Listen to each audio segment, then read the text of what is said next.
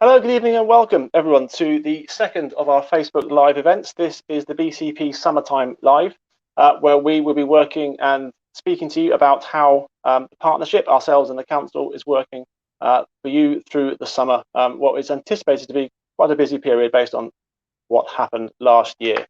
This evening we'll be joined by Inspector Danny Tamlin from Bournemouth North. Good evening. Inspector Helen Deakin from the Bournemouth East and Christchurch section. Good evening, everybody. Drew Meller, the BCP Council leader. Hi there. Sophie Ricketts from BCP Summer Policing. Hello, everyone. And with me on screen all evening, we have Carlin Collins, our British Sign Language interpreter, who will be working for members of our deaf community. Thank you for your time this evening, Carlin. It's very much appreciated. The way this program will work, we have been advertising via social media for a couple of weeks now. And we have some pre-submitted questions that people have been writing in and wanting us to ask live on air for the various representatives. If you haven't had a chance to get your question in, or you want to put a question in, please put it into the comment section, either via Facebook or Instagram with #ask next to it. And our team behind the scenes here will be scanning all of the accounts, trying to pick out the questions, and they'll put the relevant ones forward to the screen. I will apologise, we can't get to everyone's question in the time that we have. Lots of questions will be of a similar nature, so obviously they will be answered as a group, or if it's very specific to an individual or a situation, we will write to you afterwards and be in touch about how to answer that question for you. So do bear with us. Please ask a question. It's far more exciting if we get live questions, and keeps us very much on our toes. Shortly, I'll ask all the guests just to talk very briefly about their area of business and what their plans are for the summer season here in Bournemouth, Christchurch and Poole. But I'll start with myself as I'm on screen. My name is Adrian. I am the neighbourhood inspector for Poole. Poole is very blessed in terms of where it sits, in that we have the harbour to one side, we have the heathland open spaces up the top end of Poole, and in between we have lots of very vibrant communities, a good shopping area, and lots of open spaces that we manage. So through the summer, our challenges are very individual. We will have officers from the neighbourhood police team working with the harbour commissioners around the harbour, looking at watercraft use on the harbour itself, trying to make that safe for watercraft users. Looking at, sadly, instances of theft where boats have items stolen from them, working with the sailing community, trying to make that safer for people. We have officers dedicated to the heathland. They'll be doing various patrols up there, utilising drones, working with the fire service and the local authority to put patrols in to try and limit instances of antisocial behaviour and fire up in those spaces. And we have the town itself. So we have the fireworks planned for this year, which we'll be putting some police into to engage with our community and speak to people down in the town. We have the area around sandbanks, where already this year we've seen some antisocial driving issues and some gathering of groups in or around what is a beautiful area, but has been blighted slightly by the antisocial behaviour that the team have worked very hard to try and tackle already, and will continue to do so throughout the summer. We're also looking at other areas of Poole which are affected, and we work very closely with all our communities, local councillors and the council itself, to try and tackle those issues. Some of them aren't unique to summer, some of them are, but we work very hard for all the problems that arise here in Poole, and the NPT team are very dedicated and committed to that. We do have some events coming up that we'll be working with the organisers of, things such as the Sandfest and Sand Polo that come every year to Poole. We'll be working with them to make that as safe as possible and to have the least amount of impact as possible on the wider community. So that's me from Poole. Sadly, we haven't got Inspector Darren Harris with us this evening to cover the Bournemouth Town Centre issue. Due to operational needs, he is committed elsewhere. So I'll hand to Inspector Helen Deakin to take you through some of the issues with Boscombe and Christchurch in the summer. Good evening, everybody. Thank you for joining us on this Facebook Live event. So yeah, I am the Bournemouth East and Christchurch neighbourhood inspector. Bournemouth East is essentially Boss Southbourne, Littledown, Folkestone, and I also cover Christchurch, inclusive the town centre and the surrounding areas. going as far over to Bournemouth International Airport and inclusive of the rural area of Burton. So firstly, I wanted to really take this opportunity to inform you all about a sort of collective neighbourhood policing initiative in line with BCP Council. And that is essentially what the council is, the council-led initiative. So I won't steal their thunder too much, but just want to touch on what we as the police will be doing to support this initiative. As you're all aware, time last year we were in a very different place in terms of times through COVID, the number of visitors, etc., that came to our coasts to enjoy the weather and enjoy our beaches. So the police are working together with the council. We have what we call a MAC, a multi-agency centre, and essentially the police and council are working together to share information and intelligence around any sort of foreseen, sort of anticipated issues that might arise as we go into the easing of lockdown, as the weather improves, as we are likely to see an increase of visitors to the area. So from a policing perspective, we will be supplying increased resources during the weekends and at peak times over that period, particularly throughout the summer holidays. We'll have a number of officers who will be patrolling the seafront across the BCP sections, with the purpose being to very much do the preventative piece in as much as engaging with the public where any COVID restrictions do still apply, speaking and engaging and talking to the public around those restrictions.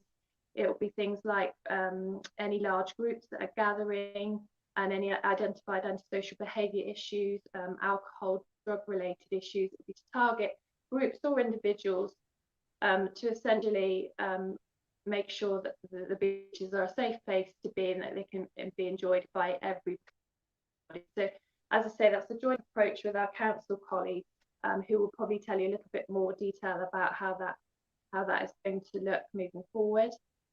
Specifically in relation to my area, and if this applies to all our MPT sections, we'll all have our identified hotspots, as I call them. So each of my areas broken down into wards, section areas, which all of my PCSOs and PCs all have a good working knowledge around what the hotspots are during over the next 100 days, the next 3 months, and particularly in the summer. So, for example, this is not an exhaustive list. Boscombe Pier, Kings Park, the Cliffhanger car park over in Christchurch, sort of open spaces where we will likely see an increase of ASB, and we will be working together with partner agencies to tackle those issues and problems and basically resolve those throughout that time period. So that's me. If I can pass you back to Adi for now. Lovely, thank you, Helen. Hand you on next to Inspector Danny Tamblyn, who covers the area of Bournemouth North. Good evening, everyone. As Adi said, I'm Danny. I have the privilege of looking after the neighbourhood policing team in the North Bournemouth area, which covers a large area of residential housing with all the amenities you'd expect, alongside a pretty busy, thriving cosmopolitan area with Charminster and the Winton areas. So very similar story to Adi and Helen. We are very much looking forward to getting back into our communities post-COVID. That means welcoming back businesses to full opening hours and all the other things that go along with that. Some of which is very good, very positive, and that includes engagement in our communities, which my teams are really excited about, getting back to seeing their people face to face.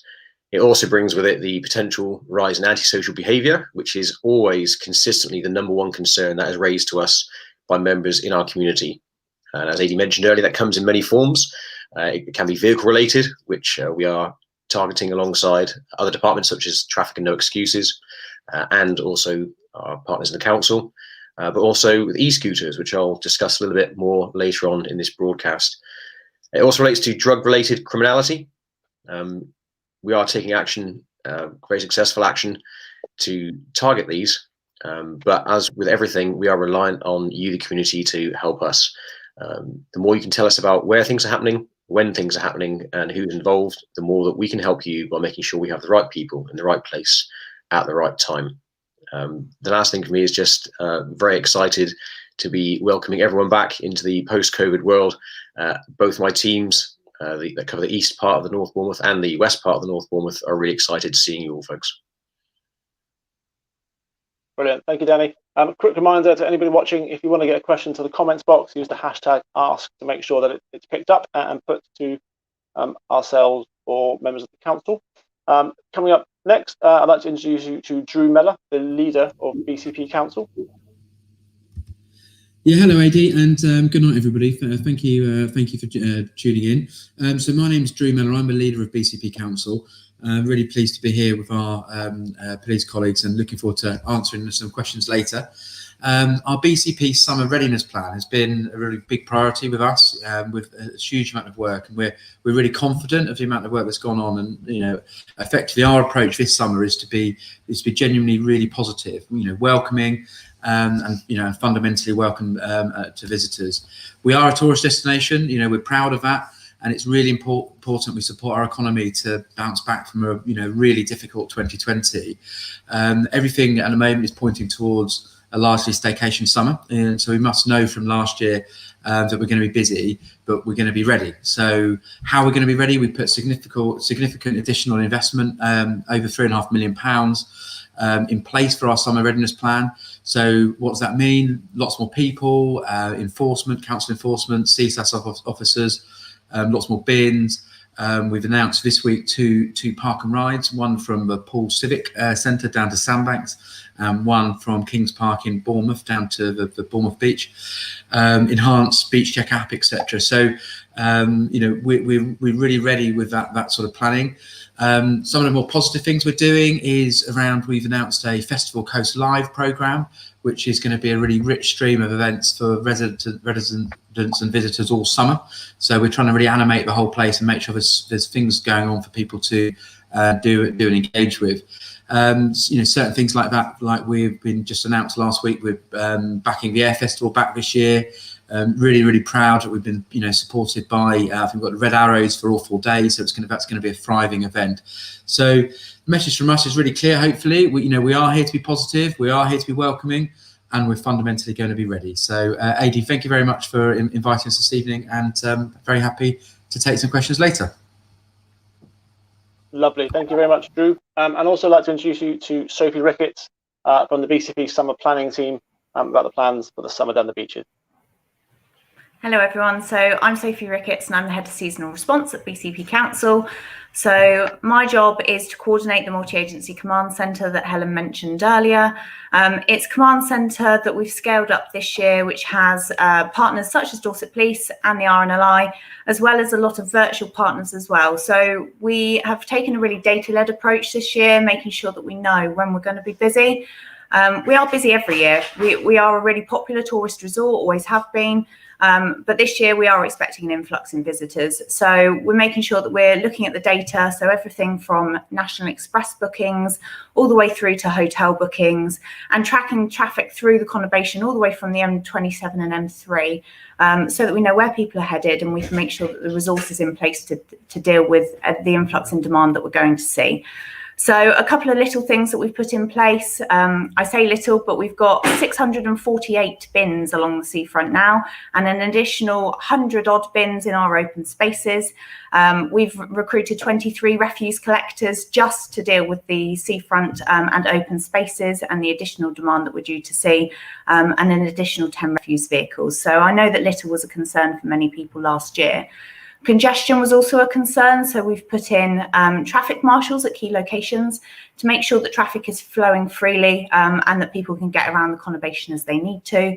And we've also put in a load of additional staffing resource. So you will see additional security, you'll see additional policing, because we've worked really closely with Dorset Police on all of our plans for this summer. You'll also see additional CSAS officers, and they are our council officers who have community safety accredited scheme powers. So limited but targeted police powers to deal with antisocial behaviour such as begging and those types of things. So the response you'll see this year will be increased.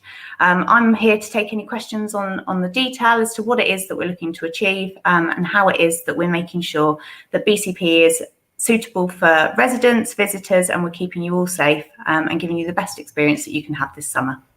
Back to you, Adi. Brilliant, thank you very much. Just a very quick reminder again, the hashtag ask into any comments that you want to put down so we can differentiate any comments and chats from any questions that people want to have asked this evening. What I'll do initially, while we wait for them to come through, is go through some of our pre-submitted questions that people put on via the social media.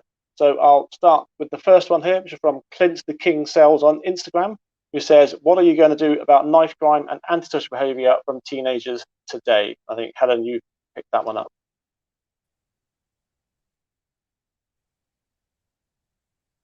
Yeah, thank you, Adi. I hope you can all hear me okay. I might have to speak a bit louder. But essentially, we are aware of an increase in knife crime, particularly with our youth. It's not exclusive to Bournemouth Gardens, but to give you an example of the initiatives that we are taking forward, we have an operation over the weekend. It's currently in place and will be ongoing throughout the summer, and it's called Operation Fireglow, where you will see an increased presence of police resources in and around the lower gardens in Bournemouth. That's happening every Friday and Saturday night. We're down there early doors. And essentially that again is something I mentioned previously. It's the preventative piece. It's to have high visibility patrols, to provide some reassurance to the public, but also to work alongside our partner agencies, which includes the youth services, BCP Council, security, social services, education. Many of us are involved in that initiative in order to work with any sort of ASB incidents and work with any alcohol related antisocial behaviour, crime and disorder.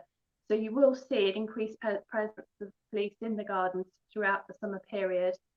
In relation to your question, that's how we're going to tackle the issue of ASB and increased knife crime, where the what we call our grounds, or where we have basically reasonable cause to suspect somebody of doing something. We have certain powers, such as being able to stop and search any people. So that's the type of initiatives we'll take within the gardens to obviously put up our intelligence picture around what's happening there. And as I say, that preventative piece and working with our colleagues from various departments to try and tackle the issue.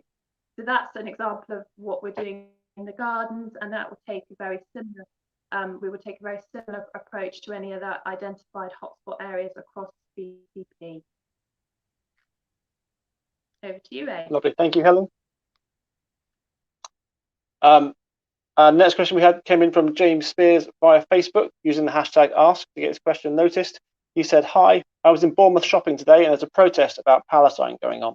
They didn't seem to be causing any bother, but the police were filming them. It felt a bit Big Brother / 1984, but maybe there was a good reason. Why were the police filming them? And Danny, with your PSU background, you're going to answer this one for us. Hi, James. Thank you for that question, and having it so well worded and so balanced. It's very much appreciated. Just a general overview of protests then. So the police in the UK have always had a very proud tradition of policing by consent and doing everything we can to balance the rights of the protesters to peaceful protest alongside those of the wider community and businesses who may be affected by their protest. That's obviously been affected the last year or so by COVID legislation, which now we're very pleased to say it's been reduced to an extent whereby peaceful protest is allowed, as long as the organisers do what they can to make sure that all parties are safe. Obviously, the concerns over the spread of the virus over the last 18 months or so have been of huge concern to us all. In relation to filming specifically then, so filming is a tactic that we would use to gather evidence of an event that may relate to, and this is not specific to the one you're talking about, but may relate to individuals involved in the event, all the activities they undertake. Part of that is to ensure that any relevant legislation is not breached and no laws are broken, but also it's to balance the rights of all individuals. So as well as gathering evidence of what persons involved in a protest may be doing, we have to consider that sometimes protests that are lawful are infiltrated by those who have less lawful and ethical considerations. It also protects those people from those individuals and from counter allegations to suggest that the activities they undertake weren't actually as lawful and ethical as they purported to be. Hopefully that answers your question. Does. Thank you, Danny. It's a very good answer to what was a very good question. So thank you, James. Kathy Sweeney via Facebook has asked, what events will be provided for young people over the summer to support well-being and mental health, limiting ASB and other issues such as exploitation? I think, Sophie, you were picking this one up from the council. Yeah, so as Councillor Mellor said earlier, we've got a really exciting lot of events through Festival Coast Live this year. That's for all ages. So the aim is really to make it really family friendly across the conurbation. There will be specific youth-based events. We've also looked at having our youth information, advice and guidance outreach in a really central location, quite likely to be around the gardens or the seafront. And we've also increased, as part of our summer resilience plannings, additional outreach hours this summer as well. So Festival Coast Live will offer events, and the schedule of those events is due to come out in the very near future, which will engage our young people as a priority. Brilliant. Thank you very much. Certainly events for young people are very important in terms of reducing the antisocial behaviour, as you say, Kathy, and we will be working with the council at any of those events where we can to support them. Catherine Penman by Facebook has said, my main concern is the antisocial behaviour on Ashley Road in front of the church. A group congregate regularly on Saturdays shouting, bad language, kicking bins, drinks and so on. Please make this a priority. Catherine, that one sits with me, Ashley Road being in Poole, which is the area that I cover with my NPT. I can reassure you that Ashley Road is a priority for us. It is a main shopping area for Poole. It is a very busy road. We are aware that there have been some gatherings at various parts of the road, and the church does seem to be a place where people congregate because there are benches there, and the benches are there for a legitimate reason for the public to use. The team up there are dedicated to the road and the area, so while they do cover all of that sort of Newtown Branksome area, they will focus on Ashley Road at the moment, in particular some of the antisocial behaviour. And I know that Ellie has been working very hard to engage with all those individuals to try and get them off the area, but also looking at the wider social issues behind some of their needs. There are issues in some cases with backgrounds and problems that we need to work with our partners to try and resolve. So we're working very closely with some of our outreach workers as well to engage these groups and try and support them and move them on where we can.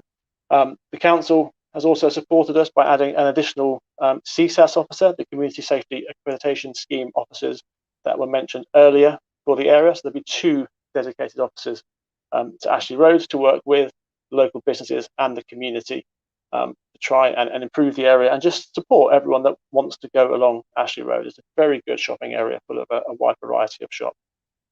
Additionally, we're very keen to support the area, so we've looked at how we can work with the council to try and make the area feel nicer for people as well. It is a busy road. There are opportunities around making it look nicer, and there's lots of theories that would say if an area looks nicer, it feels safer for people as well. So it's not just about moving people on, it's about working together to try and make the area better, which we are fully focused on trying to do. So please be assured it is a priority. We are aware of some of the issues that have occurred up there, and we are working very hard to try and solve them for you. If you want any more questions, please write to me. My contact's on the Force of Peace website, where you'll see the photographs of all the MPT teams for the area, and you can certainly speak to them when you see them out and about as well.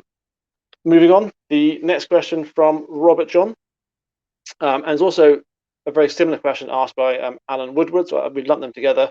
So will there be a clampdown on illegal use of e-scooters, specifically around Stroughton Park, Charminster and the Upper Gardens? I think, Danny, you were picking this up from a police perspective initially. Absolutely. Robert, Alan, thank you both for the question about e-scooters. It is a concern that is shared by a large number of the community, and it's certainly something that we are keeping an eye on and are planning on taking action around. So just to clarify, e-scooters, you'll see 2 forms around. There are the council-approved Beryl scheme, which are lawful e-scooters. They fit in with the Department of Transport's requirements, and they can be hired via the council. Personally owned private e-scooters can only be used on public land. They cannot be used in private under any circumstances. There are numerous comments I've seen previously on social media about being a two-tier system. There's an element of truth to that. Ultimately, it is not lawful for a privately owned e-scooter to be ridden in public. As with many of the concerns, it's not just the specific illegality of them, it's the way they're ridden. It's the antisocial aspects, the fact they're ridden on pavements, on a lot of occasions with little concern for road traffic legislation, the highway code, or apparently the concerns and the respect to other road users. Specifically to answer your question about what are we going to do about it, we are keeping an eye on it, as we said, generally. However, specifically this Thursday, you will notice a BCP-wide day of action where you'll see police resources out dedicated specifically to tackling antisocial behaviour and e-scooter usage. It will focus on our 4 E's approach. You may have heard us use before. We talk about education, encouragement, and engagement prior to enforcement. You'll start noticing that from yesterday and today, there will be some social media activity advertising this to fit in with those first 3 E's. And then we'll reinforce that on the Thursday across BCP along with that 4th E. It's an ongoing process. It's just the day of action is just specifically targeting towards that.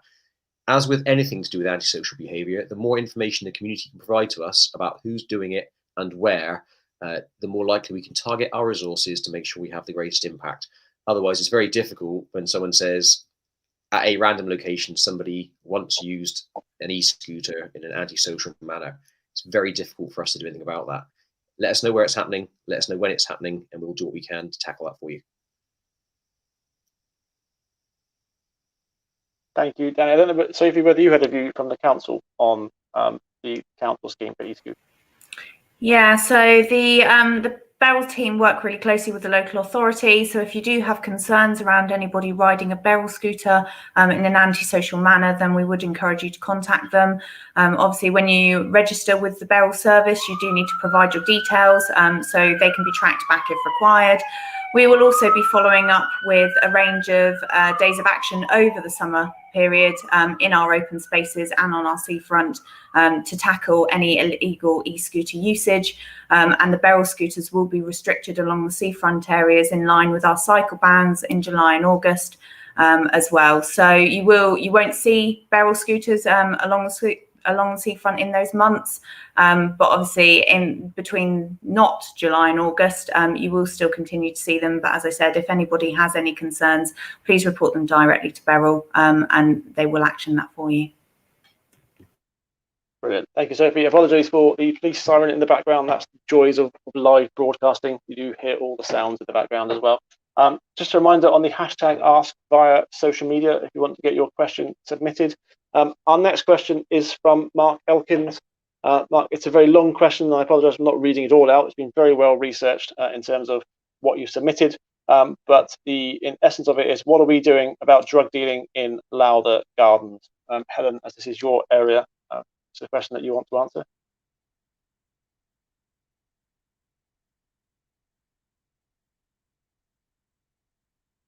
I think. There we are. Hi, thank you, Mark. Thank you for your question. I have had contact with you, and I can answer more of the detail from your question separately this evening. But in relation to Lowther Gardens, yes, it is very much a hotspot for drug dealing, and we are very well aware of that.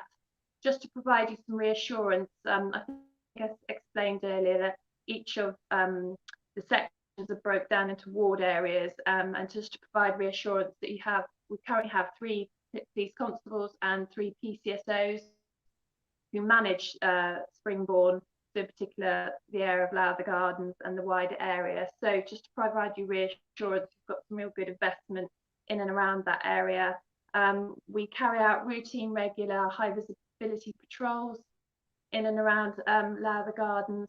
I'm very aware of the location. I don't know if you follow us on Facebook, but I recently went out on a bike with one of the PCSOs, and we specifically went to that area, Lowther Gardens, so I'm very familiar with it and the cut through and the underpass in the area. So it's just really to provide you some reassurance. We are aware we're doing everything we can to provide you of an example of some of the initiatives that we've taken. We've done many stop searches within the area. We've issued community protection notices, obtained antisocial behaviour injunctions, and recently been successful in obtaining a closure order for premises within the area. So please be reassured, it is one of our priorities, and we are doing everything we can to tackle the issue. And it goes back to one of my colleagues mentioned about increased reporting. You may perceive that nothing's being done, or that perhaps you don't get the feedback from any information that you provide to us, but I can't stress how important it is to continue feeding that information into us, because we very much rely on that information to understand the picture, to understand the problem. And it just might be that one day you provide us with that little nugget of information that gives us the extra push, the extra power to do something more in terms of enforcement. So please, can I ask that not just exclusive to Lowther Gardens, but collectively, that people do continue to report to us, because it's just so important. We need you to assist us with policing our local communities. Thank you, Aid. Brilliant, thank you, Helen. Our next pre-submitted question comes from Sam Connor via Facebook. What's going to be done about cars parked all over the place near to the main coastline? For example, Durley Chine was total gridlock with cars being dumped over people's driveways, grass verges, and roundabouts. Who do we report this to?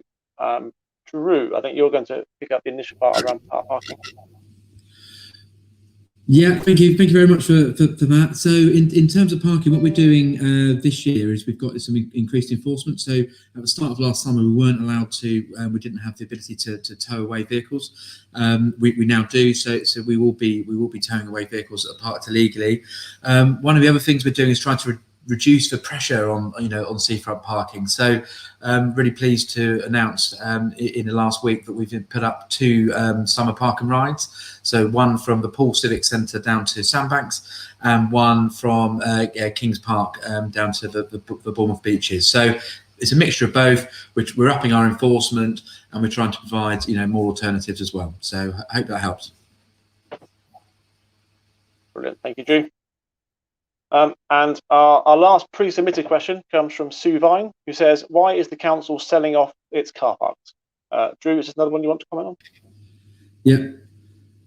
Hi there, me again. Yeah, so I think there's a little bit of misinformation here. Thanks very much for the question. We're not selling off car parks. So what's happening in Bournemouth Town Centre is that any of the car parks that have been developed, all the parking spaces are being replaced. So we're building multi-storey car parks instead of, and car parks on development schemes instead of where we had just surface car parks. So we're actually bringing forward more car parking in our latest scheme in Winter Garden. So we're not just retaining, we're enhancing it. There was something about, I think, in the question about Southbourne. That particular car park was sold by Bournemouth Borough Council in 2017. I'm a previous Poole councillor, so I'm not entirely sure of the rationale behind that. I do know that was an underutilised car park, effectively. So a clear message: this council is not selling off any of its car parking spaces. Thank you. Thank you. And that's the end of our pre-submitted questions section. So another quick reminder on the hashtag ask to get your questions seen by the team working furiously in the background to get to them all and get them on screen. I will apologise for our technical gremlins. I'm now working off my mobile phone, so I might be peering at the screen trying to read the questions as they come up, but I will do my best for you. So I think our first question should be coming up very shortly, which is from Trevor, who says, what are the police and BCP doing about Poole bus station? It's getting worse for youngsters, causing trouble. Thank you for the question, Trevor. Obviously, Poole bus station is an area that I know very well. I've been working on and with our partners and the bus company around the bus station for many years. And in fairness, it's a vastly improved place on where we have been with the bus station, and it's something that does continue to improve. The model of the bus station is such that every bus through Poole will go through the bus station, so it's a very busy area. We do see lots of people gathering around the bus station quite legitimately to get their buses and to make their way home. And some people do cause a nuisance while they're there as well.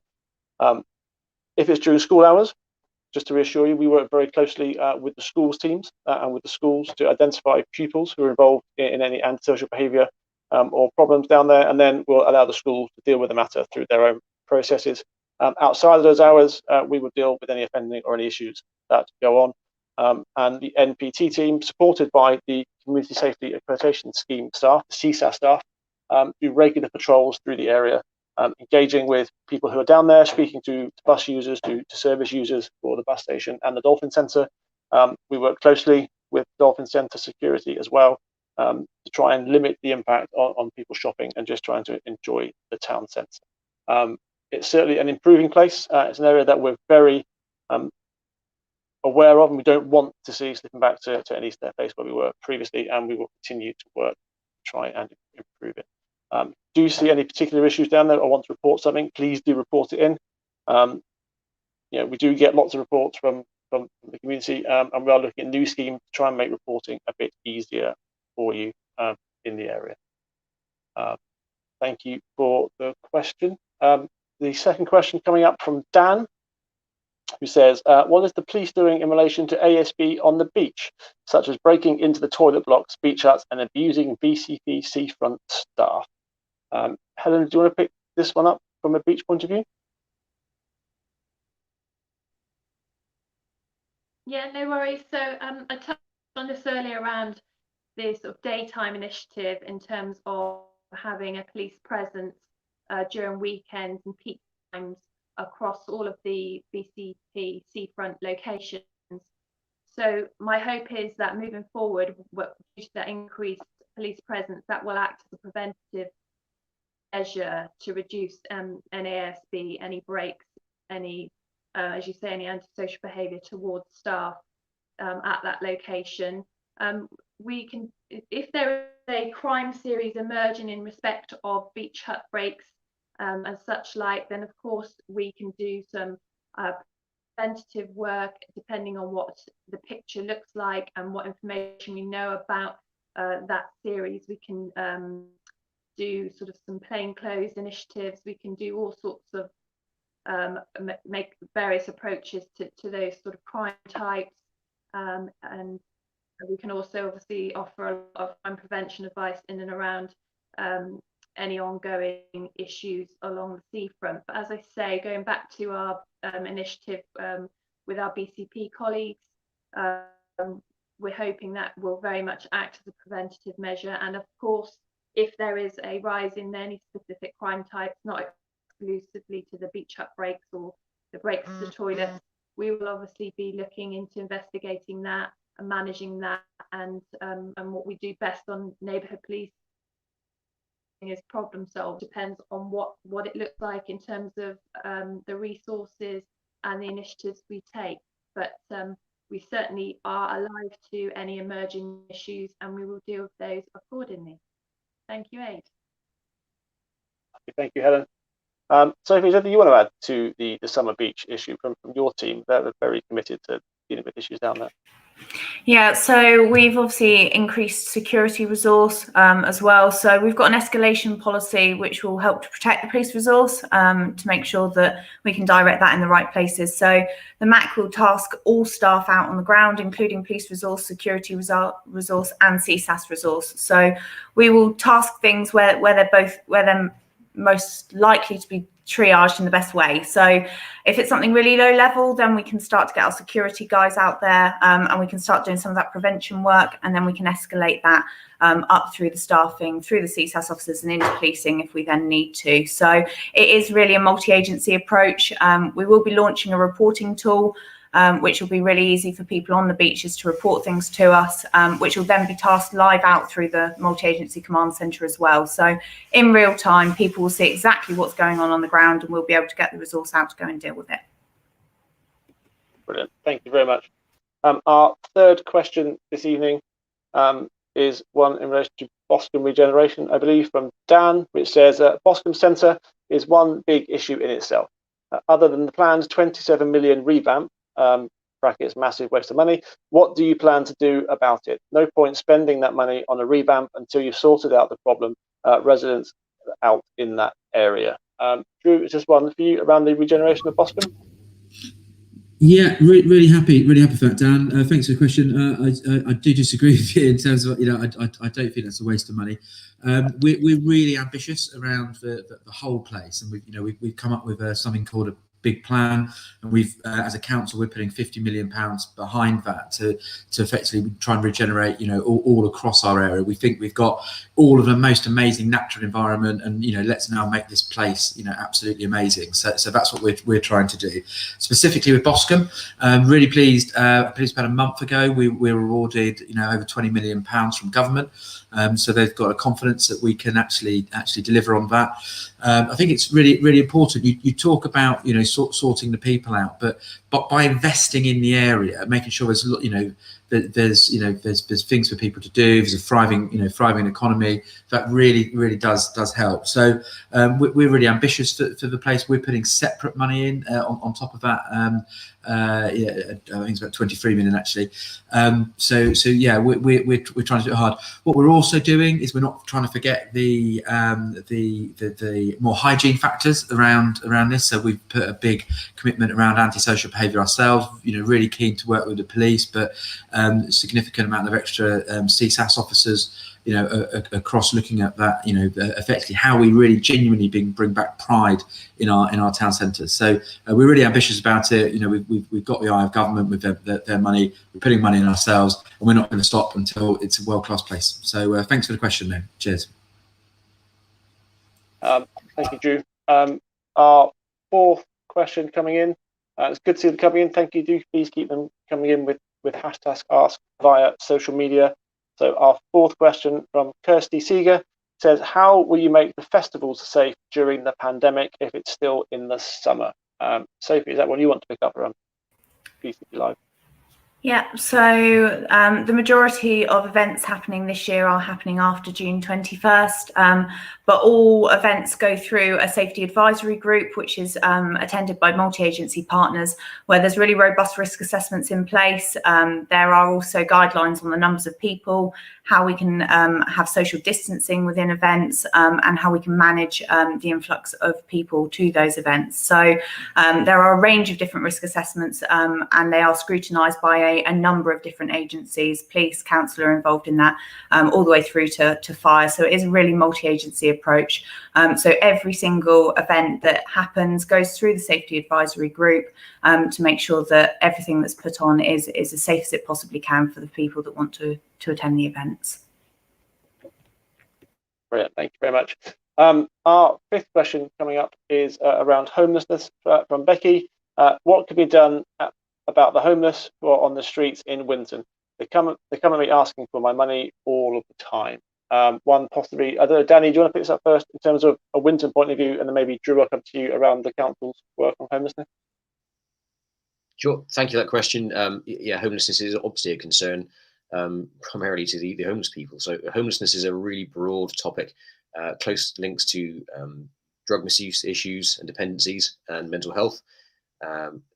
And I say there's an awful lot of breadth in this topic. So one of the ways we tackle homelessness is as part of a multi-agency approach, which I'm sure Drew will come on to, in terms of how we try and assist people not to be living rough on the streets. Part of that relates to the process of giving them money. So we don't recommend that you give the homeless cash. You can't guarantee where it's going to go to or how it'll be used. There is a process coming up, a Change for Good, contactless giving process, which is starting anytime now, whereby you can donate to a certain amount of money to local businesses, which can guarantee that it'll go to the most needy at the right times. Specifically in relation to your question about the aggressive begging issues, quite often these individuals are not homeless. They are actively engaged in activity to try and to get money from intimidated people. We are actively taking action against them when we find out about them. We've had some fantastic results in relation to some activity around the Red Hill area, where an individual is currently serving a short term of imprisonment for their activity. So if you have these issues, if you have these concerns, as with everything, let us know where they're happening, when they're happening, so we can make sure that we have the right resources in the right place at the right time. Thank you, Danny. Drew, is there any view from the council on homelessness and how you're working to Yeah, Eddie, thanks for that, and Danny, thanks for your answer. Absolutely right about that multi-agency approach, and we're actually tomorrow, our cabinet meeting tomorrow, we've got an investment in a health hub, effectively, where we can really sort of extend that multi-agency approach. So how we can make sure that we've got a place in Bournemouth Town Centre where homelessness people can go and interact with a variety of different services. So whether that's health services, our housing teams, and so we're actually available in an environment they want to interact with, and then we can get that wraparound care, because absolutely right, it's not ambitious enough for the people living on the streets. We've got to be more ambitious for that. We've got to be more ambitious for our town centres. So some of the other things we brought forward are, we've got effectively lockers coming through so people can on the streets have somewhere safe to put their belongings, so we can be more onerous around not expecting that to be on the street. Additional CSAS officers to support the work you guys are doing. We've brought forward a contactless giving piece, so absolutely you can donate to where people can actually get the money where it's most needed, but not for what are often professional beggars as well. So yeah, really pleased tomorrow we will be bringing forward our health hub on this, because we want to intervene with it. We're not it's not good enough where it is now. We need to make it better, for both sides of that discussion. So yes, it's something we're really passionate about. One's a priority of our administration. Just before I finish, the Everyone In piece the government did at the start of the pandemic. We had over 400 people that were either homeless or at risk of homelessness, and brought them inside. Over 200 of them now have been permanently housed. And our actual on the street homelessness numbers are the lowest they've ever been, effectively since records began. So at the last count, it was 16.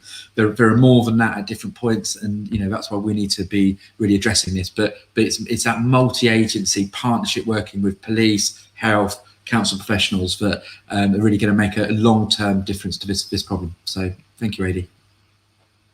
Oh, that's brilliant. Thank you very much. Our sixth question comes in now, which I think is to do with sandbanks. Nikki says, how will you clear campers along Sandbanks Beach quicker than the 3 days it took last year? Thanks. Nikki, last year was an incredibly busy year. It was unprecedented in terms of number and some of the demand put on ourselves and our partners. And we reacted very quickly to the information that we had, and plans were very quickly in place to deal with issues that initially potentially caught us slightly off guard. We've got a lot of planning into this year, as you can see from the multi-agency command centre down on the beaches, working closely with partners, sharing of information, our targeted joint patrolling and working. So camping is not allowed on the beaches, and we'll be working very closely with the council to move them on. And as Sophie's said during her piece, it's a staged and managed approach. So the council will, I'm sure, interject it initially and speak to people and advise them and try and move them on, and then we'll come in together with them to move them on if we need to from the beaches. Sophie, is there anything from your point of view in terms of the council for that camping issue? Yeah, so we've got 24-hour security on hand this year. So sleeping on the beaches isn't allowed. It is against our bylaws. People that want to sleep on the beaches can expect quite a rude awakening every hour from our security team, who will wake them up all night long. And then they will see our rangers in the morning, who will take prosecution action on them, which can see them landing up to £1,000 fine. So quite a robust approach this year. And obviously, as Adi's just said, the police will support us in that action as well. So it's not allowed. We've got a large amount of signage across all of our seafront locations to tell people it's not allowed. And we'll be putting out quite a lot of communications far and wide to make sure that people know what behaviours are expected of them this year. Yep, absolutely. Our seventh question. Thank you for all the questions sent in. They've all been really good so far. Directed to Sophie. It says, Sophie, can you ensure that the toilets are open? As a beach hut owner, last year BCP closed them, and we had everyone from the beach use the back of our huts as a loo. Sophie, one for you. Yeah, so all of our toilets are open this year. We've extended the opening hours. We've also invested over £300,000 in making sure that the toilets are going to remain open, that we don't have things like blockages in some of our key sites. So the toilets are open until 11 p.m. most nights. And then when we need to, because we've got an influx of visitors, they'll be open till midnight. So all toilet sites are open. We are also due to help support the quay toilets on Pool Quay reopen, which haven't been open for a number of years as well. So that's great for this summer. So we are prepared. The additional presence as well of additional staffing, security, will be dealing with things like urination behind beach huts. So we'll be tackling that from an antisocial behaviour perspective as well. Lovely, thank you. I think we've got time for another question or two. So we have another question coming up from Susan, who says, how do the council officers and police collaborate on tackling supplying underage drinkers with alcohol? Assume it's the council who prosecute on this, but the police have to cope with the exploitation, etc. that results. I will come to probably Drew in a minute, but in terms of our point of view, we have a dedicated police licensing team who deal with any premises who will sell alcohol to persons under the legal age. We do work very closely with the council's licensing team to enforce the licensing legislation, and we review any new licenses that come up for an area. So we've seen quite a bit of regeneration in and around Poole with some new premises, and we work with the council to review the license applications to make sure that they are putting in the necessary training, the necessary security protocols, and the necessary processes to safeguard vulnerable people such as children, and not allowing them to purchase or have alcohol.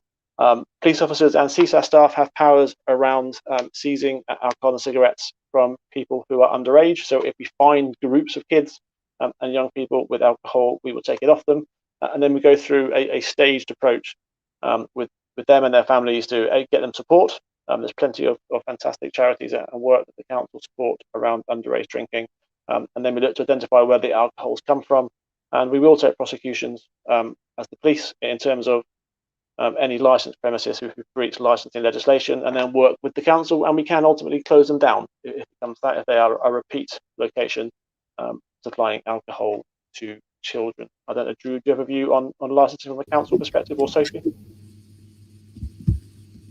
Yeah, thank you. You know, Dan, Sophie might well want to come in, effectively AD, but yeah, no, I think you've answered it really. We've actually, you know, we've got a lot more things, you know, through our regen plans and also our summer plan. We've got a lot more things actually, you know, available, and we've worked with you guys really closely in terms of how we craft those licenses to make sure that they enable us to both animate, you know, the places we're around, but do that in a safe way. So it's not about stopping things happening; it's about working in partnership to make sure they're as safe as possible. So we're doing that both in terms of the, you know, any drinking, you know, particularly on the seafront, which we've been seeing, and also for underage drinking. So I'm not sure if Sophie wants to come in with any more detail, but you know, it's absolutely that working in partnership with you guys, which is working. So. Thank you. Yeah, so we fully support the police. We've got our own licensing service, and we work really closely with the police licensing service.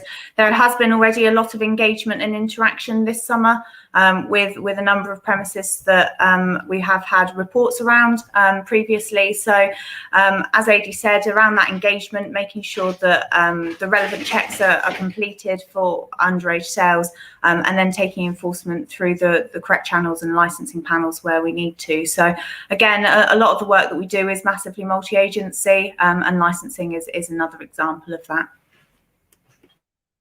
Yeah, brilliant, thank you. And also we do support the young people themselves if they have issues with alcohol through some fantastic services in Poole. That, you know, if you do have concerns about somebody, certainly speak to the NPC or one of the CSAS staff in town to see them, and we can direct you to people that can help or support young people with any alcohol concern. Our next question coming up on screen is a long one from Dan, who says, what's the plan for Poole, the Quay and the dying high street? It's a haven now for out of hours use, and with all the shops unoccupied. There's a long of hanging around for no reason. How is knife crime being tackled in Poole, as there isn't much being mentioned about Poole this evening?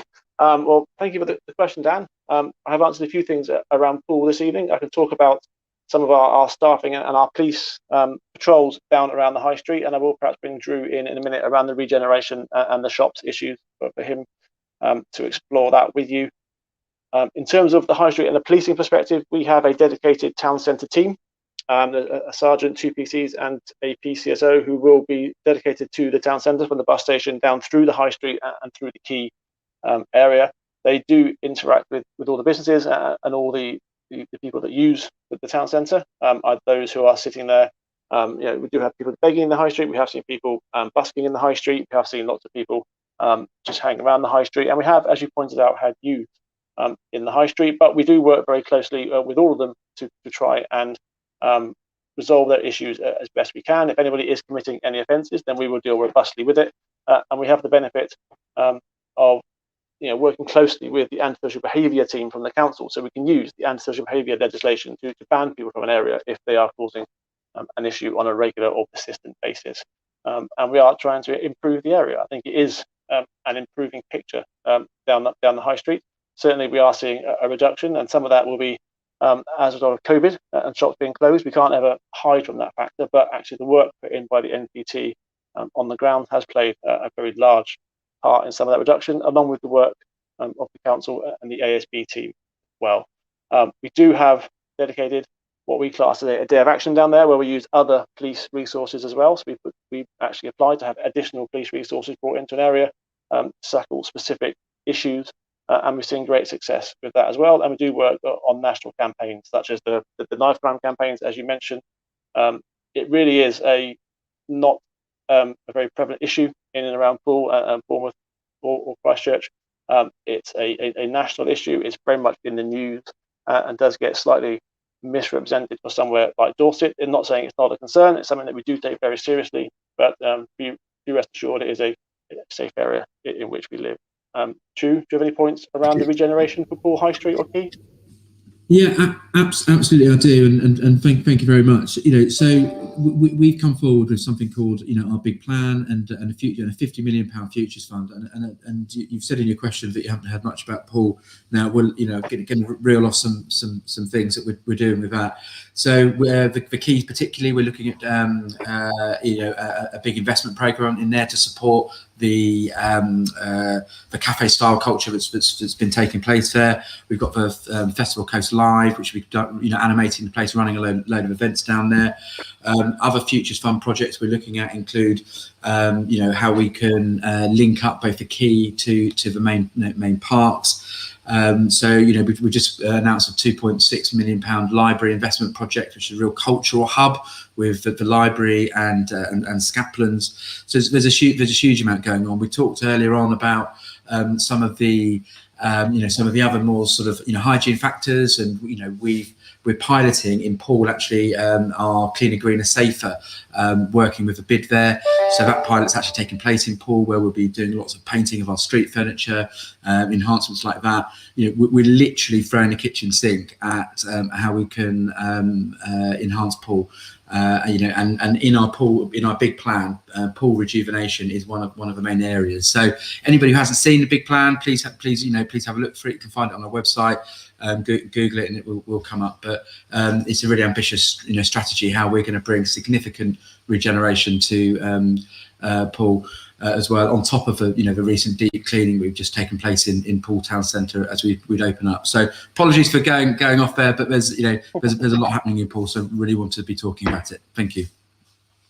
Yeah, no, thank you, Drew. It's very exciting for Poole. I think it's something that the residents will greatly appreciate that investment. We've time for about 3 more questions. So our next question comes from Jack, who says, how would you advise a new person to join the police? I am young but want to join the police when I am older. Thanks. Danny, you've got this one. Hi, Jack. I don't know how old you are or how young you are. Presumably it's not past your bedtime and you can stay up and listen to me explain a little bit about joining the police. We'll pop up some information in a moment about our recruitment. If you look on our website under recruitment FAQs, frequently asked questions there, it's just appeared. That'll give you all the requirements in relation to education and such, like nationality and some of the standards we have.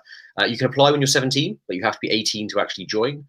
We have it's referred to as a PCDA, the Police Constable Degree apprenticeship scheme, which basically means that you can either get a police degree in your own time and then join the police with that. You can also have a degree in another topic, which you can convert over a 2-year period when you join the police, or you can join the police without a degree and during a 3-year student officer period gain a degree in policing, which you'd be fully paid as a police officer during that, and you'll be given all the educational requirements that you need.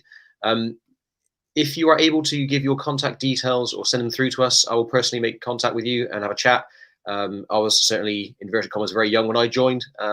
Best decision I ever made. So if I can assist you and inspire you in any way, I'll be delighted to do that, Jack. Brilliant. Thank you, Danny. I think you're still very young now. So please, Jack, get in touch with Danny. I'm sure he'll advise you perfectly on how to go about the process. Or if anybody else is watching and is interested, please follow the link below and come and join us. Our next question coming up is from Helen, who says, what are the police doing to stop catalytic converters from being stolen and sold? Thank you for the question, Helen. You're obviously aware that we have seen some catalytic converter thefts reported in Dorset. It's not a Dorset specific issue, it's very much a national problem. And we've been working very closely with forces around the country over the last few weeks on this very issue. The whole issue of catalytic converter thefts is owned by the British Transport Police because they deal a lot with infrastructure. And there was a national week of action on catalytic converter thefts about 2 weeks ago, where we were out targeting people who are involved in theft from motor vehicles, such as this, tackling places where converters might be sold or moved on, and certainly working with the scrap metal industry to make sure that they are aware of all the issues and they're supporting us with our work to try and stop selling on of these items and reduce the opportunities for people to make money from it.